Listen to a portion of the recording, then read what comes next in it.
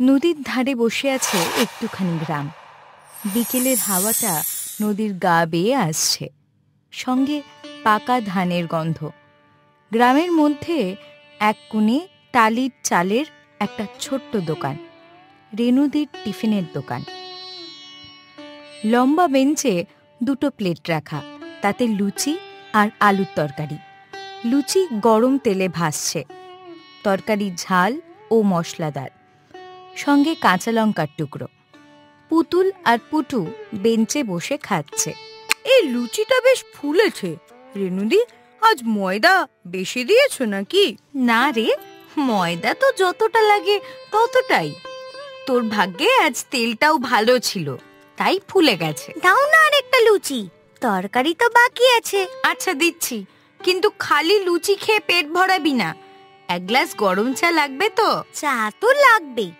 গরম চায়ে যদি মুড়ি মিশিয়ে খাওয়া যেত, আহা। আবার চায়ে মুড়ি?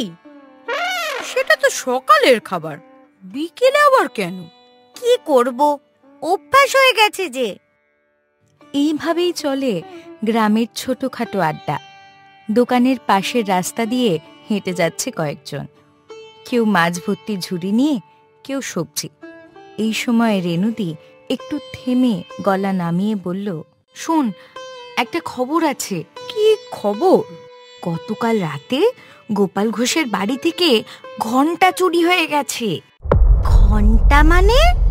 আরে পিতলের ঘন্টা, খুব দামি, বারান্দার খুঁটিতে ঝোলানো ছিল। ওখান থেকে উধাও। আরে ঘন্টা দিয়ে আবার কি হয়? ওমা, ঘন্টা মানে সাজসজ্জা, আবার দরকার পড়লে মন্দিরেও ব্যবহার হয়। গোপাল ঘোষ নাকি শহর থেকে এনেছিল, দামও কম না। এটা কিন্তু ঠিক কাজ হয়নি। চোর কি ভেবে নিল ঘন্টা বেচে টাকা পাবে? তবে লোকজন বলছে এই আশেপাশের কেউ করেছে। রাতের বেলা বাইরের কেউ ঢুকতে পারে না এত সহজে। পুতুলের চোখে একটু অন্য রকমের ভাব এলো। চুরি, গ্রামের লোক আর দামি জিনিস, এইসব মিলিয়ে তার মাথায় রহস্যের বাতি জ্বলে উঠল। তুই এখন কি ভাবছিস রে?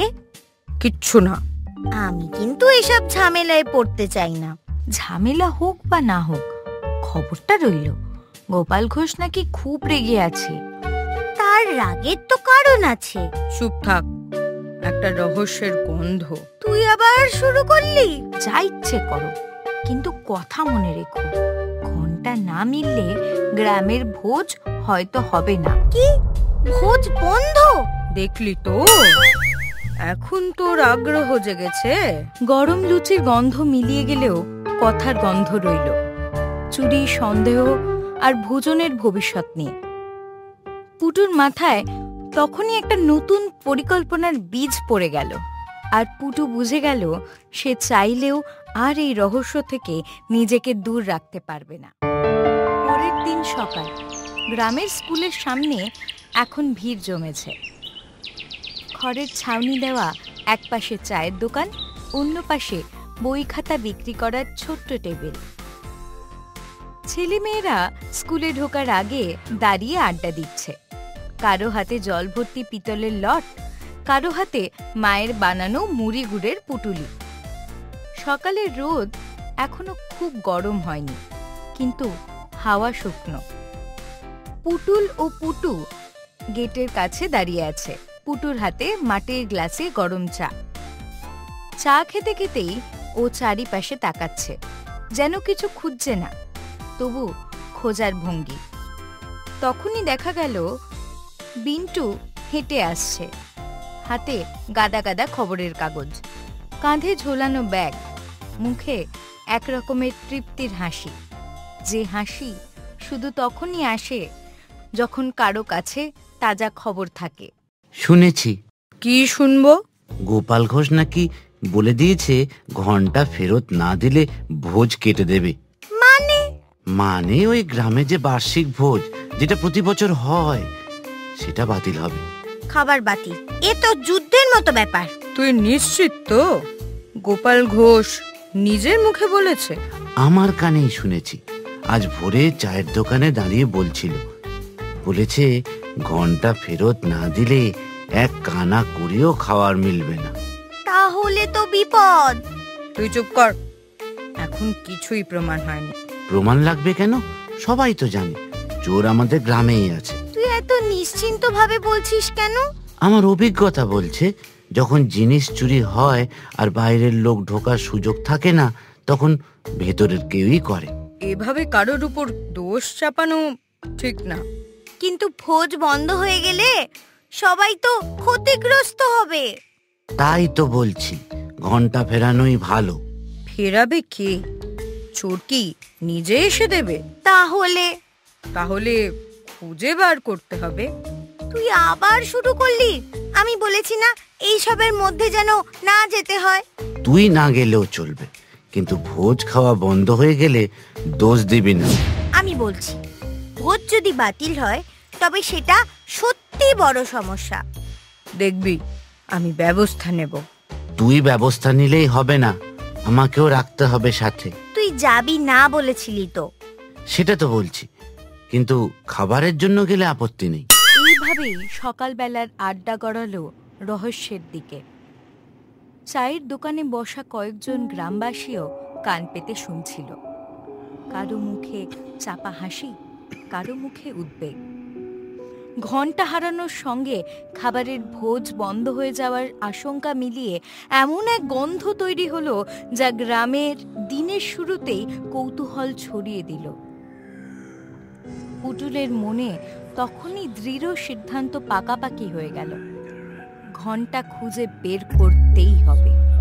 আর পুটু যতই ভয় পাক জানতো এবার এই কাণ্ডে সে গড়াগড়ি খেয়ে জড়িয়ে পড়বে। বেলা তখন প্রায় 10:30।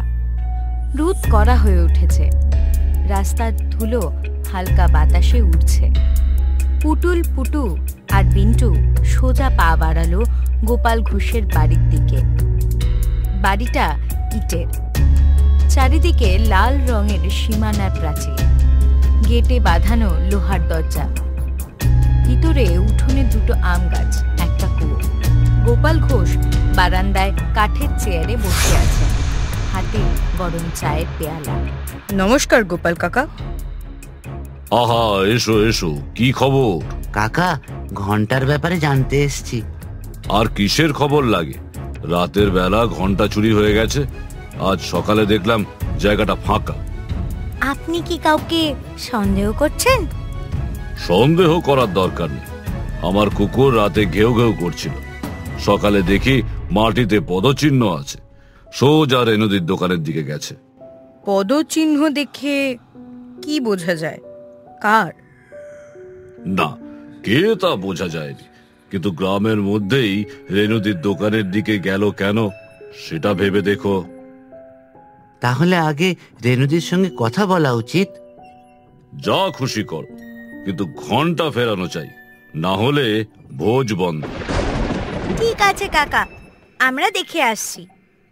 তিনজন বেরিয়ে পড়ল রেনুদির দোকানের দিকে। দোকানটা রাস্তার ধারে, বাঁশের খুঁটি আর টিনের চাল দিয়ে তৈরি। সামনের বেঞ্চে কয়েকজন চা খাচ্ছে। রেনুদি দোকানের ভিতরে চুলোয় ভাজা মুড়ি নাড়ছে। রেনুদি, একটু বাইরে আসবে? কেন, কি হয়েছে? আমরা একটু দোকানটার পিছন দিকটা দেখতে চাই। দেখো, কিন্তু মাটি নোংরা করো না। পিছনে কি রাখো? শাক পাতা, খালি বস্তা, কিছু পুরনো লোহার জিনিস।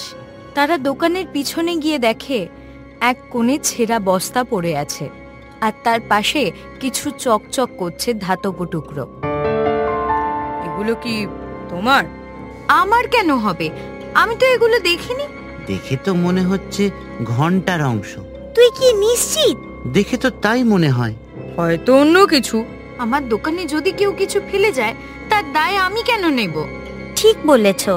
কিন্তু এসব টুকরো এখানে এলো কিভাবে? সেটাই তো খুঁজে বার করতে হবে। দেখতে পিতলের মতো, তবে সূর্যের আলোয় হালকা ম্লান। মাটিতে কয়েকটা শুকনো পাতা ছড়িয়ে আছে। তাদের তিনজনের চোখে তখন প্রশ্ন ঘুরপাক খাচ্ছে। ছেঁড়া বস্তা আর চকচকে টুকরো রহস্যগুলোকে নতুন বাঁক দিচ্ছে। তবে উত্তর মেলেনি, বরং আরো ধোঁয়াশা তৈরি হলো। তারা বুঝে গেল তদন্ত তখনও শেষ হয়নি, এটা তো সবে শুরু। দুপুর গড়িয়ে বিকেল। রেনুদির দোকানের সামনে এখন ভিড় বেড়েছে।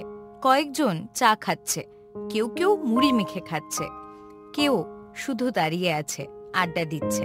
পুটুল, পুটু আর বিন্টু তখনও দোকানের পিছনে চকচকে টুকরোগুলো দেখছে। ঠিক তখনই রাস্তার ধুলো উড়িয়ে হাতে বাঁশের লাঠি নিয়ে হাজির হলো পুলিশ কেষ্ট।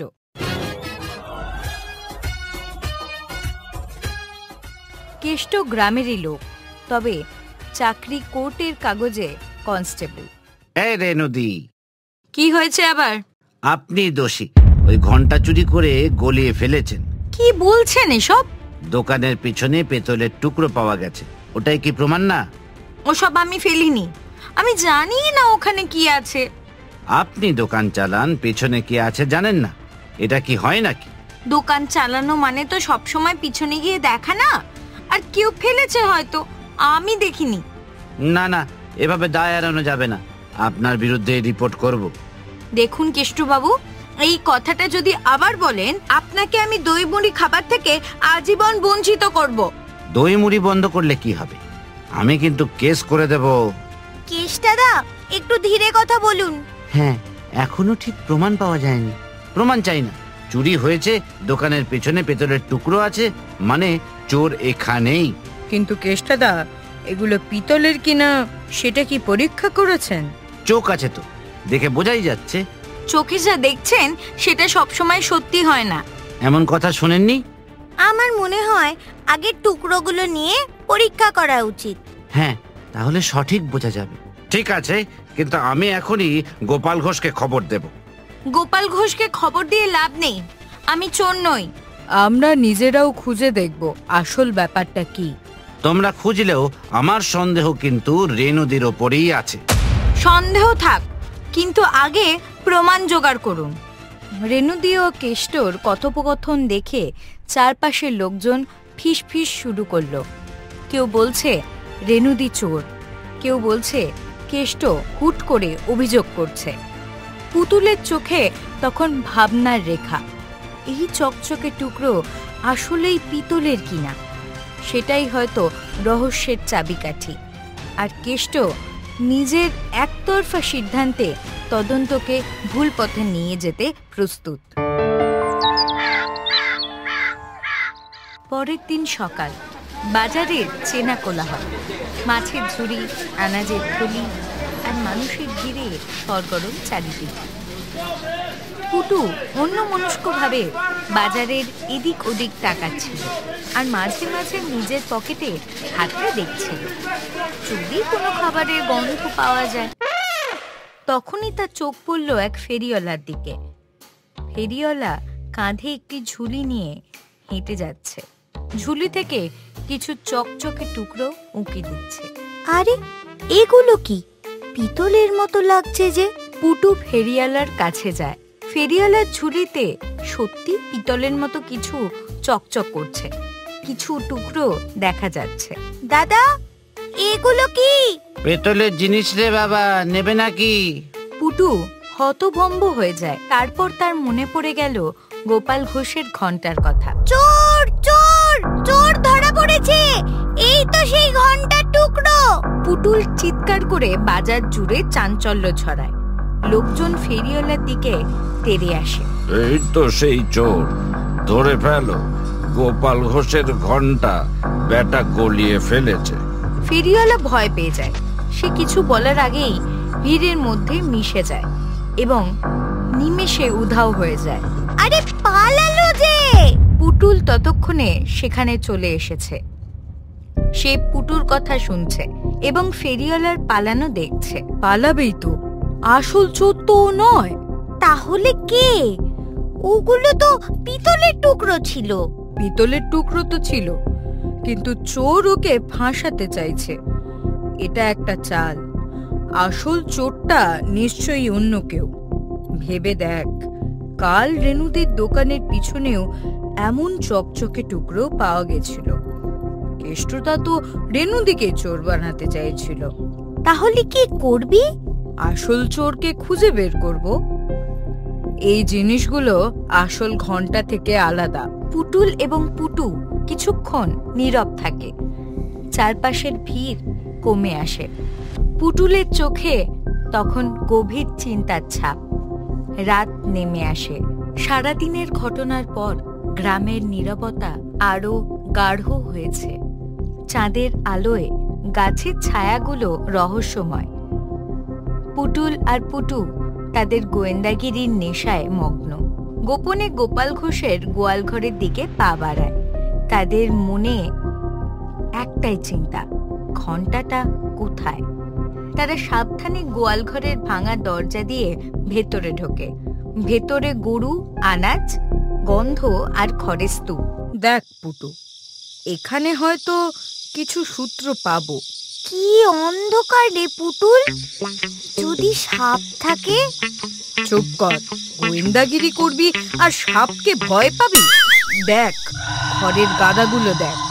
পুতুল একটি বড় খড়ের গাদার দিকে ইশারা করে। তারা দুজনে মিলে সেই খড়ের গাদা সরাতে শুরু করে। খড় সরাতেই একটা চকচকে বস্তু দেখা যায়। পেয়েছি পেয়েছি, এই তো সেই ঘন্টা।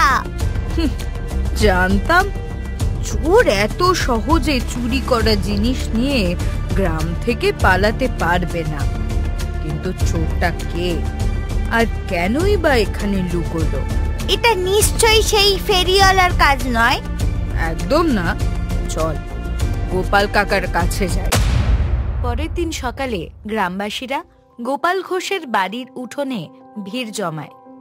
সবার মুখে কৌতূহল, ঘন্টা কি সত্যি পাওয়া গেছে? আর কে সেই চোর? পুতুল আর পুটু যখন ঘন্টাটি হাতে নিয়ে হাজির হয়, সবার চোখে বিস্ময়। গোপাল ঘোষ উঠোনে দাঁড়িয়ে আছে, তার মুখ উদ্বেগে ভরা। পুতুল আর পুটু ঘন্টাটি হাতে নিয়ে তার দিকে এগিয়ে যায়।